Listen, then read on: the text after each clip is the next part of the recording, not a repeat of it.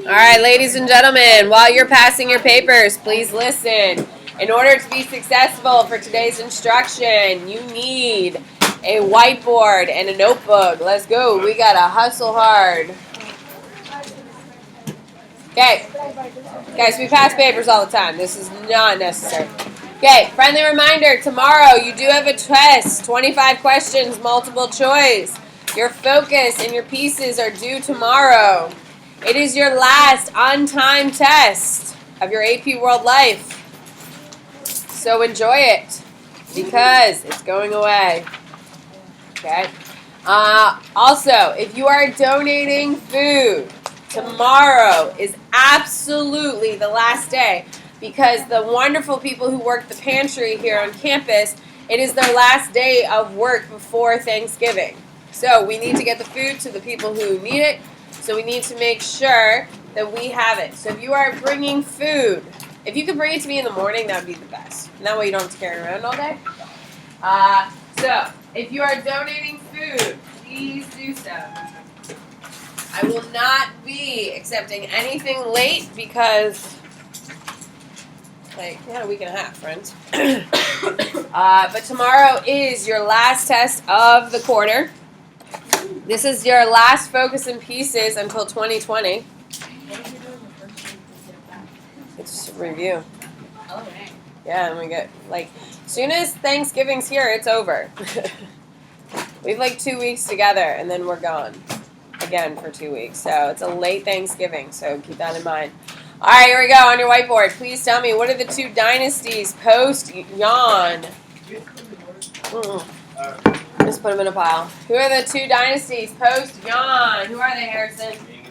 Ming and Qing. On your whiteboard, please tell me, what is the name of the founder of the Ming? Who is it? Madison. Wu. On your whiteboard, please tell me, what is the name of the gentleman who is going to write the encyclopedia? Good. Who is it today? Yongle. Yongle is going to send who exploring? Good. Who is it, Amy? Zhang He. On your whiteboard, Zhang He was supposed to find what ended up coming back with cultural crap. Good. What is it, Maddie? Math and science. On your whiteboard, please tell me. What is the name of the emperor that moves the capital to Beijing? Good. Penny. Yongle. On your whiteboard, please tell me what emperor is going to create Unix? Good. Who is it, Amy? Wu. On your whiteboard, what dynasty started the Great Wall of China? Jeremy. On your whiteboard, who finished the Great Wall of China? Good. Esther. Dang. On your whiteboard, please tell me, what is the name of the palace where the emperor lives in Beijing? Good. Mia. Forbidden City. On your whiteboard, please tell me, what is the name of the test that you take in order to become a bureaucrat? That will be re-implemented by the Ming and the Qing. Good. Lucas.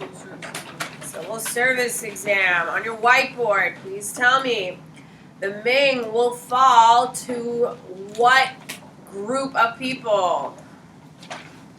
Good. Alexandra. Manchus.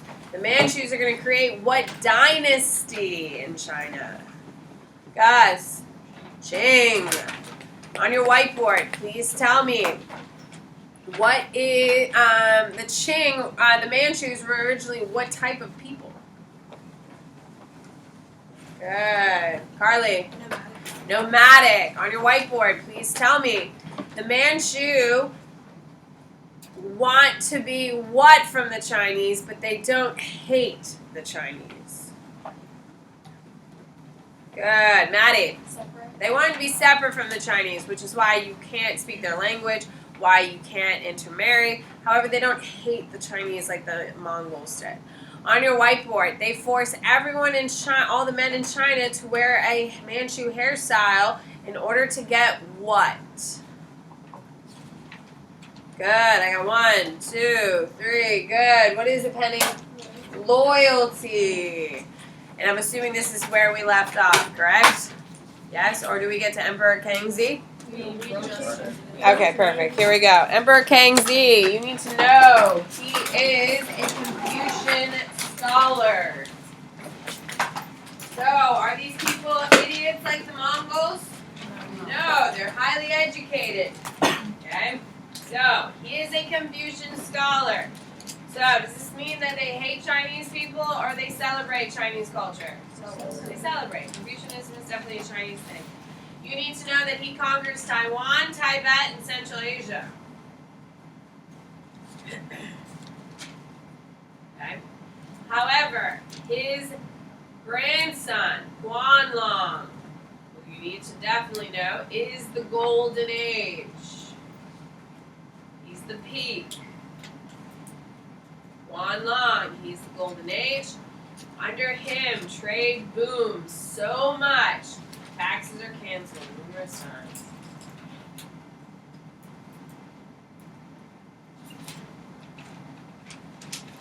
Okay, so Guanlong, he is the Golden Age. He is going to have a boom of tax. Pat, why are you wearing hats? You know you're not supposed to wear hats. Ask the girls to do it too, so it's not just you. Alright, so you need to know that. Now, your next big heading is for Ming and Qing. The next big heading is for Ming and Qing. Okay? Both Ming and the Qing use the Son of Heaven. You need to have Son of Heaven in quotes. It's a nickname for the emperor, which means the emperor is quasi-divine. You can raise your hand and tell me what quasi-divine is. Gus? Yeah, he's like half human, half God. That's what quasi-divine is. He's half human, half God. Okay? So, because he's a half human, half God, everyone serves him. Like, so much so, he doesn't even walk. They're not supposed to walk on their own feet. They're supposed to be carried everywhere. Yeah, I think that would be cool for like 10 minutes. Then that would get annoying. Okay, so they are so influential. If I become Emperor of China, which of course I would never because I'm a woman, obviously, and my name is Sam, everyone in China who has the name Sam has to immediately change their name. They don't care if you're 90 years old and your name's Sam, or if you're 4 years old and your name's Sam. You cannot have the same name as the Emperor, okay? Every person who meets the Emperor has to do a kowtow, which is 3 bows and 9 head nods. You need to know that.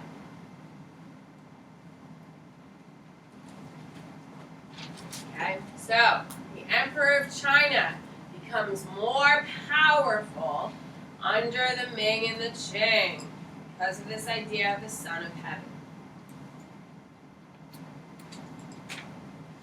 Because beforehand he was just chosen by the gods to rule, and now he's kind of a god. Okay. Both use scholar bureaucrats to run the government. So if you're a semi-god, do you think you have time to run a government? No, you're doing like god things, man.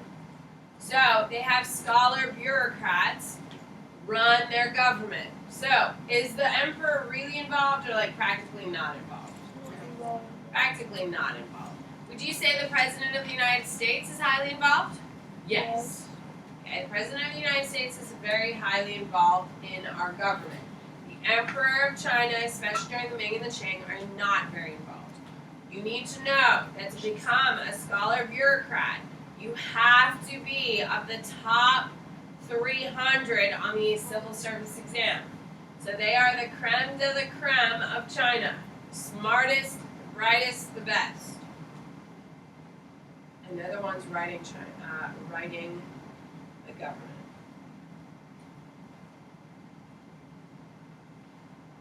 Okay, so civil service exam. Apparently we've never really gone over it too big.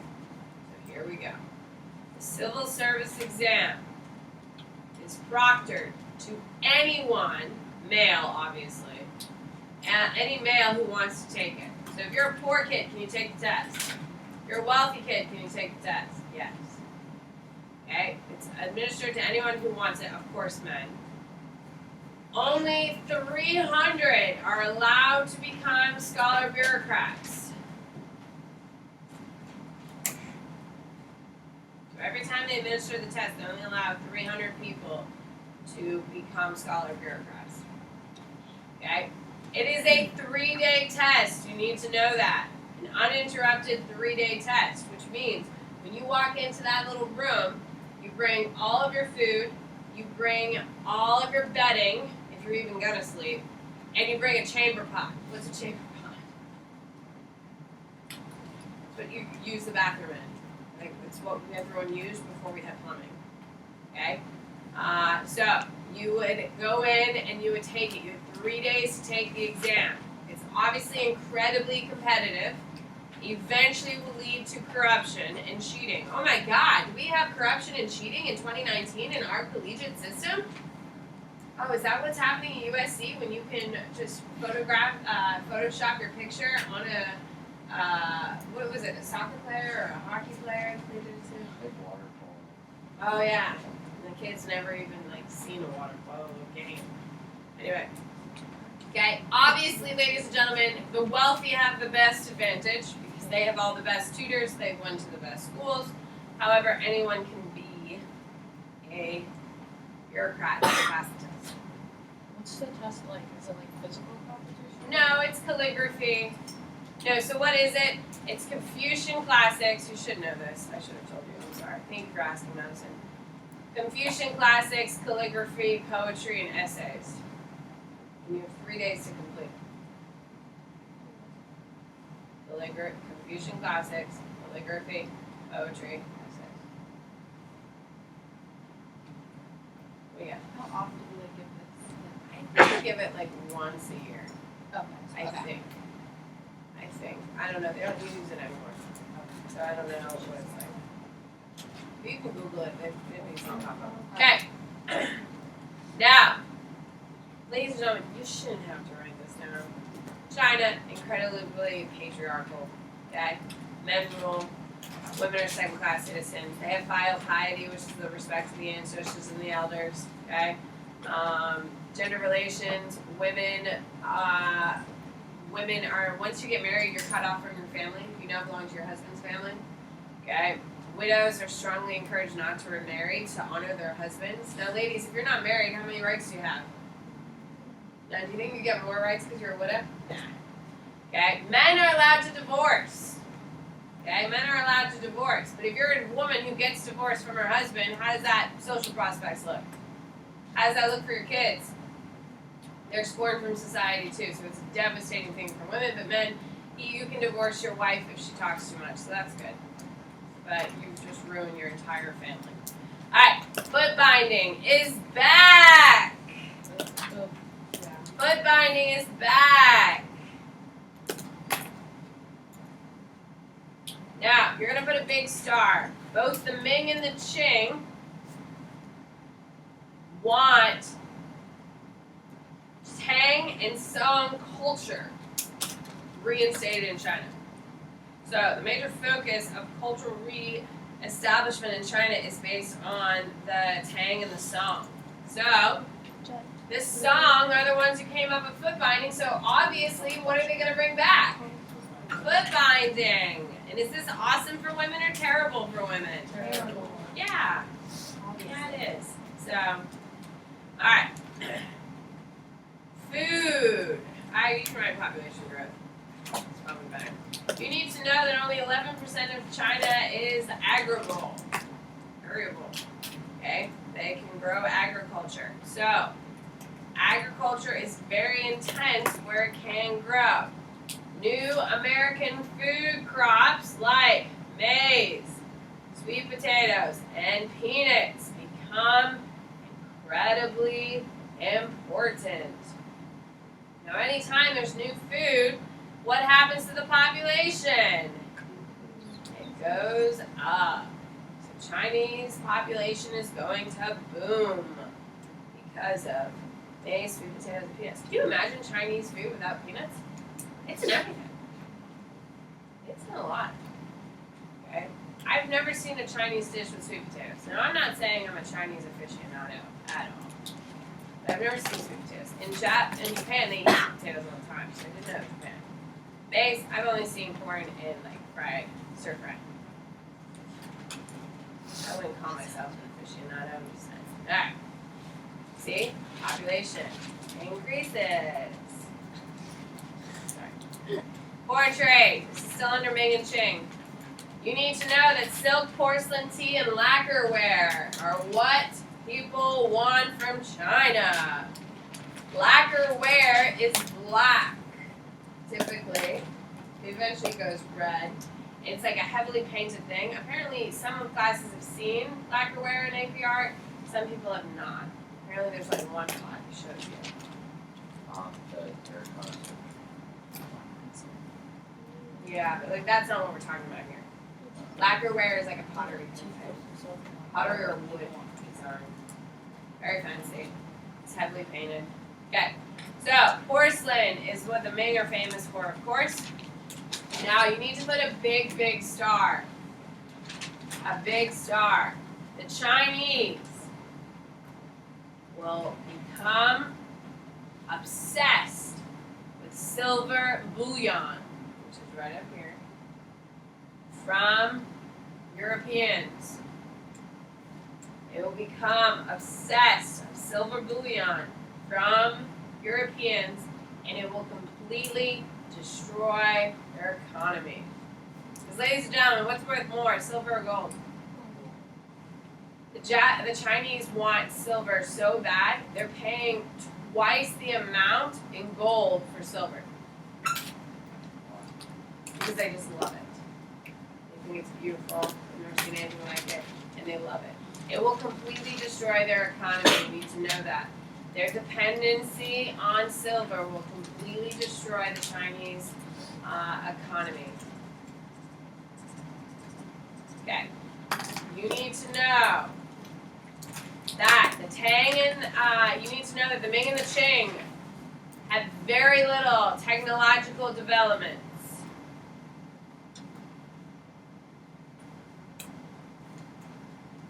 Very little technological developments because they feared social instability.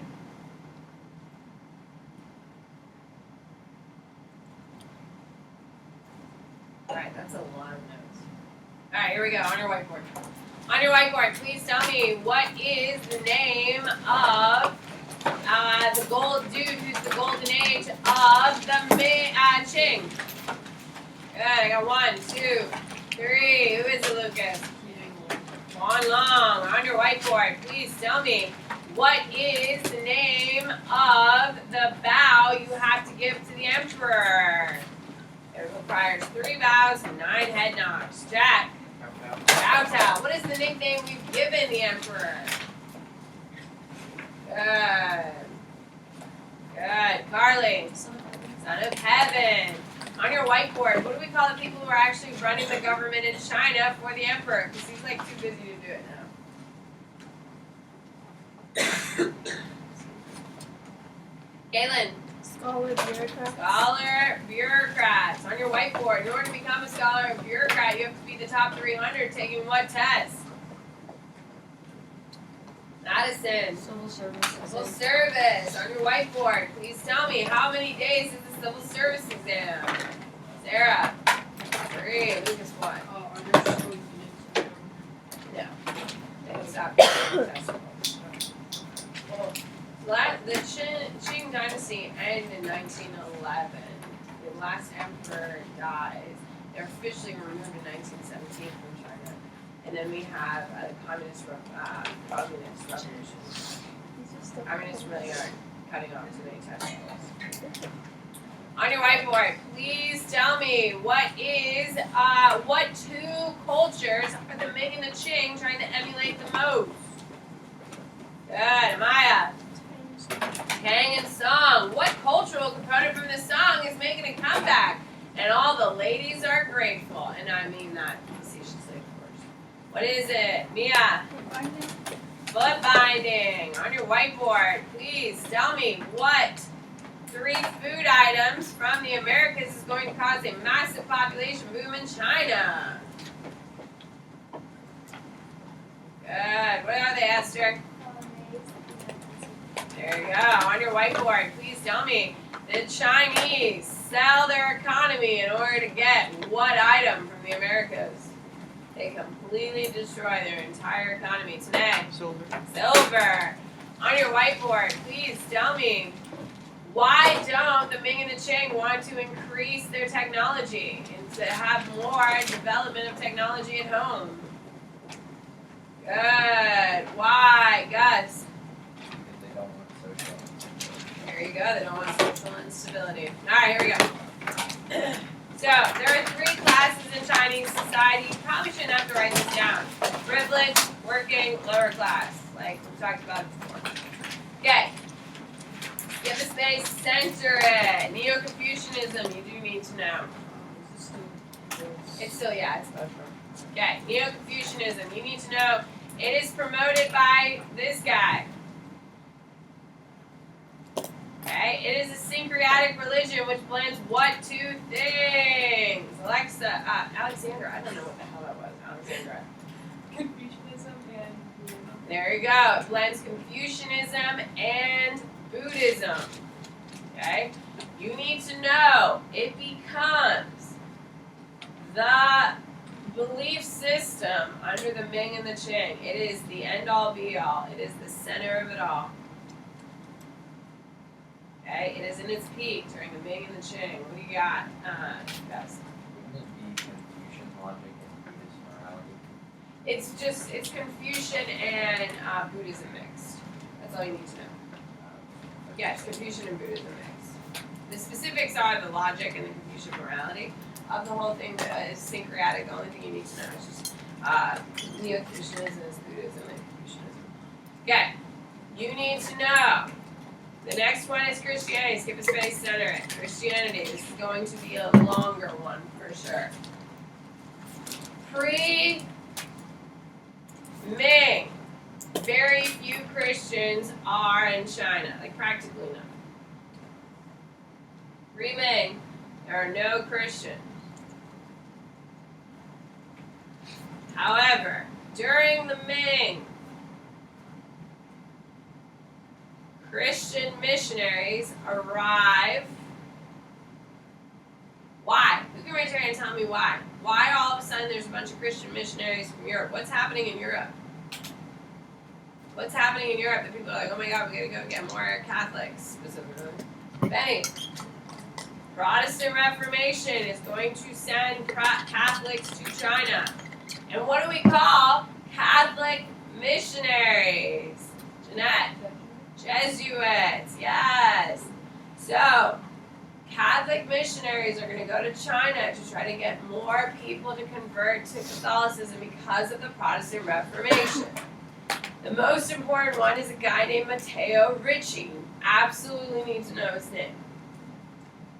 Okay? He's there to convert the Ming Emperor. You don't need to know the Emperor's name. You just need to know he's there to convert the Ming Emperor. You should know that he was fluent in Chinese before he even got there. So did he take his job seriously? Yeah, he did. And how he gets the attention of the people is by clocks. If we know anything at this point, the Chinese love clocks. So, you need to know that Matteo Ricci is going to go to China to try to convert the emperor. Okay? You need to know that he brings clocks. He has a display of clocks, and people are like, ooh, clocks. And he's like, let me tell you about Jesus. And they're like, oh my God, tell me about Jesus and these clocks. And then he tells them about Jesus. You need to know that Chinese people do not pick up Christianity because it's too absolute. You need to know that. Okay, Chinese people do not like Christianity because Chinese people have been doing Confucianism in public, Buddhism at home. Now we have Neo-Confucianism, which blends it for them. They like having 2 different belief systems. If you're a fan of Jesus, you can only be a fan of Jesus. You can't be a Buddhist and a Christian. Nay. You have to pick one or the other. Chinese people don't like that. The exclusivity of Christianity, they don't like it. Okay, so very few people convert in China. Now, you also need to know the Pope is going to pull or stop Chinese conversion efforts. The Pope says, you know what, I don't want to convert these people either. Because the fact that they worship their ancestors. He says it's too complicated, it goes against our values. Because of ancestral veneration, the Pope's like, hell no. Okay? Now, you do need to put a star, you definitely need to know this. Emperor Kangxi is going to ban Christianity in China. Why? Why would they ban Christianity? What are they trying to protect? At the end of the day, what are they trying to protect? Madison? No. Zach, Kyle? Chinese culture. What is the most important thing for both Ming and the Chang? Chinese culture. So they're trying to protect Chinese culture by banning Christianity. Okay, so they're going to ban Christianity. Alright, we're moving. Alright, Japan. Skip a space, center it. Japan, here we go. Okay. Free Tokugawa. Free Tokugawa. Tokugawa's right here. Free Tokugawa. The shoguns and the daimyo control everything. Now, shoguns and daimyo are part of what society in Japan? They have a mirrored one in Western Europe. Guys. The daimyo and the shoguns are the feudal lords of feudal Japan. Okay? They're the ones who controlled everything before. Then the Tokugawa overthrows Japan and unifies it. You need to know it. Tokugawa will overthrow the shoguns and the daimyo and create a unified Japan. So, feudal Japan is over.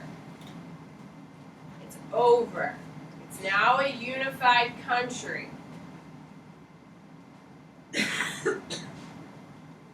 Okay? Now, all of the previous shoguns and daimyos are still rebelling against the Tokugawa. Why would they be rebelling? Why would the former shoguns and daimyo be rebelling? It makes sense. Alexandra? Yeah, they lost all the power, and if I gave you a lot of power and you could do whatever the hell you want, and then I tried to rein you back in, how is that going to go? It's not going to go well. So, what they do is the emperor is going to force all of the daimyo to spend every other year at court in Edo, or what we call Tokyo today. Okay? So, the shogun is going to require the daimyos to come in to Edo and live there every other year. Why would they want all of these rebellious people living in one city every other year? Why, Madison? So they can watch over them. Yeah, so they can keep an eye on them. Now, if they spend a year in Edo, they're not spending a year at home, correct? Which means, are they getting their people all riled, or are their people kind of annoyed that their person isn't home? Yeah, so all of a sudden we're isolating these people in a world where the emperor is going to get more power. Okay? You need to know that the shogun is going to then start controlling the marriages of the daimyo.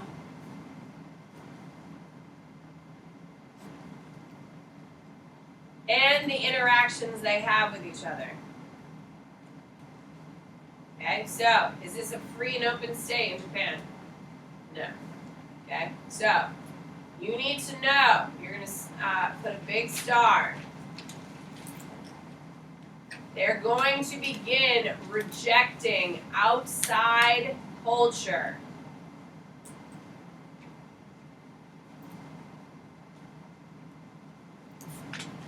In the 1630s. You should be aware it's like the 1630s they start doing this. I don't need you to memorize that date, just kind of have a gist of it. 1630s. They're going to start restricting foreign travel and foreign books.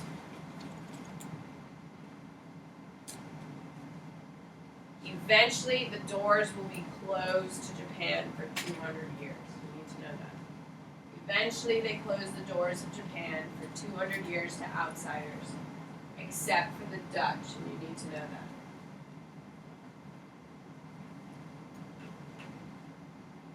Eventually, they close their doors for 200 years to outsiders, except for the Dutch. Why do you think they picked the Dutch? Stella? For trade. Yeah, for trade, but because why? Because they're the strongest or the weakest? They're the strongest, yeah. When they close their doors, they're the strongest. And guess who they open their doors to 200 years later? United States. Yeah, we hold them hostage with a gunship by a guy named Commodore Matthew Perry. By the way, Matthew Perry is one of the actors on Friends, which is kind of funny. Okay. You need to know, in Japan, okay, there is no more civil war because the Tokugawa unified everyone. Does that mean everyone's happy and blissful? No, but they did definitely shut it down. So it's going to lead to Japanese prosperity. What gets shut down? All the infighting between all the daimos. Okay? You're going to have moderate population growth. They don't have a ton. Why? Who can raise your hand and tell me why they don't have a huge population boom like everywhere else in the world? Why, Gabby? Yes, they're not getting American crops like sweet potatoes, maize, and peanuts like the Chinese are because they shut their ports down. Okay, so you need to know that the daimyo and the samurai warriors are now out of jobs. Okay? They are out of jobs. So people who used to be working are now not working. Is this a burden on society or is it good for society? Burden. You need to know that some people are benefiting from the trade. The wealthy continue to trade. The wealthy continue to make money. So is there no trade policy equal? Okay, skip space. Neo-Confucianism.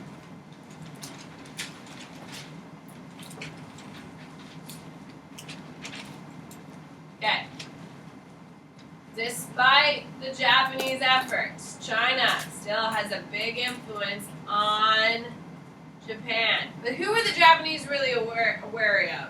Was it China or was it white people? It was white people. So, even though they shut their borders down, Neo-Confucianism is still going to jump to Japan. Okay? However, they still are going to push Shintoism.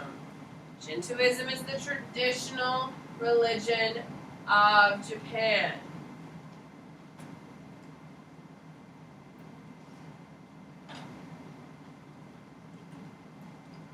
Okay? Now, this is some big stuff here. So, what does it matter, Madison? What do you mean? You're okay? Okay. So, you need to know that they're going to create this world called floating worlds called that. You need to know this. It is on a testimony. Okay? I don't know. It's called floating worlds. I don't know how you would say that in Japanese. Okay? It is when you have distinct breakups of entertainment, religion, and government. It's called floating worlds. Okay? When you have a distinct breakup of government in one part of town, entertainment in another part of town, and religion in another part of town.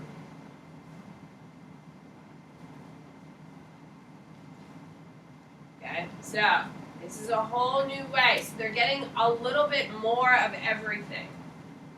Okay? They are also going to have kabuki theater. Kabuki theater is It's theater. Have you ever seen like people playing drums? They have like this big heavy makeup. Men, yeah. If you've seen any Japanese theater, it's kabuki. Okay, and then Bunruku is puppet theater. Pretty cool. If you go to Japan, anyone here been to Japan? I'm dying to go. Have you been to Japan? Oh my god, I'm so jealous. You gotta go to a kabuki theater. You gotta see it. Like, apparently it's absolutely crazy. The drums are apparently like absolutely insane. Like, it's just like the coolest thing. You gotta see it. Okay, Christianity in Japan. How do you think the Japanese are gonna deal with it? No, they're gonna kill everyone. It's awesome. There's a movie about it. No, Last Samurai was Tom Cruise. That's a good movie, but that's in the 1800s. Alright, you need to know that Jesuit Francis Xavier is going to go to Japan to try to convert the Japanese. He's going to be pretty successful amongst the daimyo. All these people who used to have a job now don't have a job. Used to have power now don't have power. They're going to say, screw you, Japan, and pick up an outsider religion. Okay, so they're pretty damn successful. How do you think the government feels about this? Not good. So what they do is they go around and execute all the Christians. Do you know how they do it? They crucify them in the ocean upside down. Oh. They put you in the ocean at low tide, upside down, a couple feet above. And then as the tide comes in, you go under. Oh, Do that's we need to know that? No, I just want to bring history alive with you guys. Or we need to know what foot binding is. We also discussed. Well, that foot binding is like a huge like cultural thing. You need to know that they hate Catholics. They hate Christians.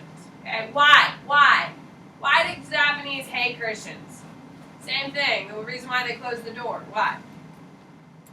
They're trying to protect what, people? No, not Chinese culture. Japanese culture. Ladies and gentlemen, you need to know that. So I put a big star. They're trying to protect Japanese culture. Today in 2019, are the Japanese trying to protect Japanese culture? Yeah. Yeah, they are. They are not super inclusive of many Western ideas still to this day. Now, they're known as a monoculture. If you know any white supremacists love Japan because Japan is a monoculture. It is all about Japan. They do not include any other things. When you go to Japan, you have to learn Japanese. They have some tourist places where they will have some English because, like, we're idiots. But if you decide to live in Japan, you have to know Japanese. There's no other way. Absolutely nothing else because they're very proud of their culture. Which is, you know, fun. Cool. Okay, skip a space, center it. The Dutch learning. The Dutch are the only ones allowed to trade with Japan.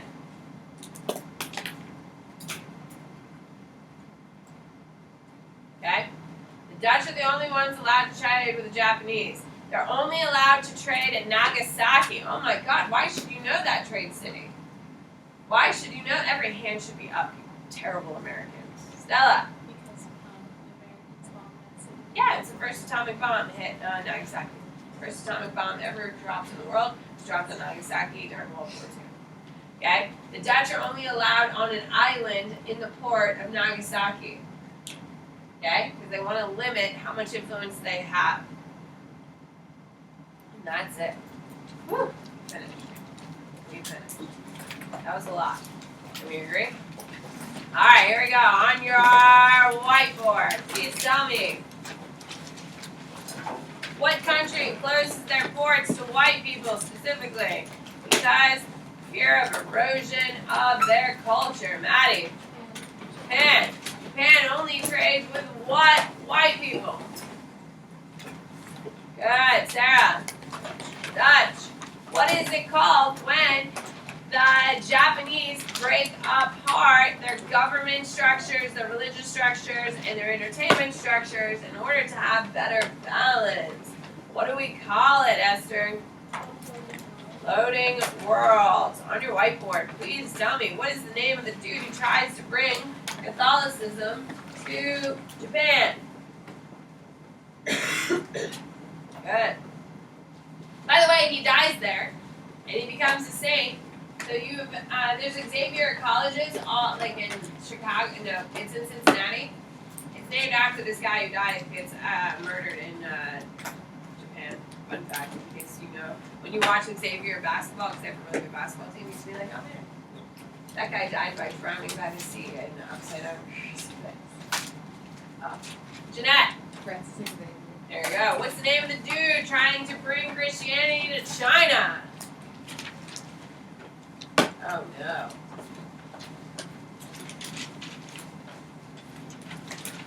Because I really hate babysitting. Please don't make me do it. Who is it? Jeremy. Hey, Richie. Have a good day, guys.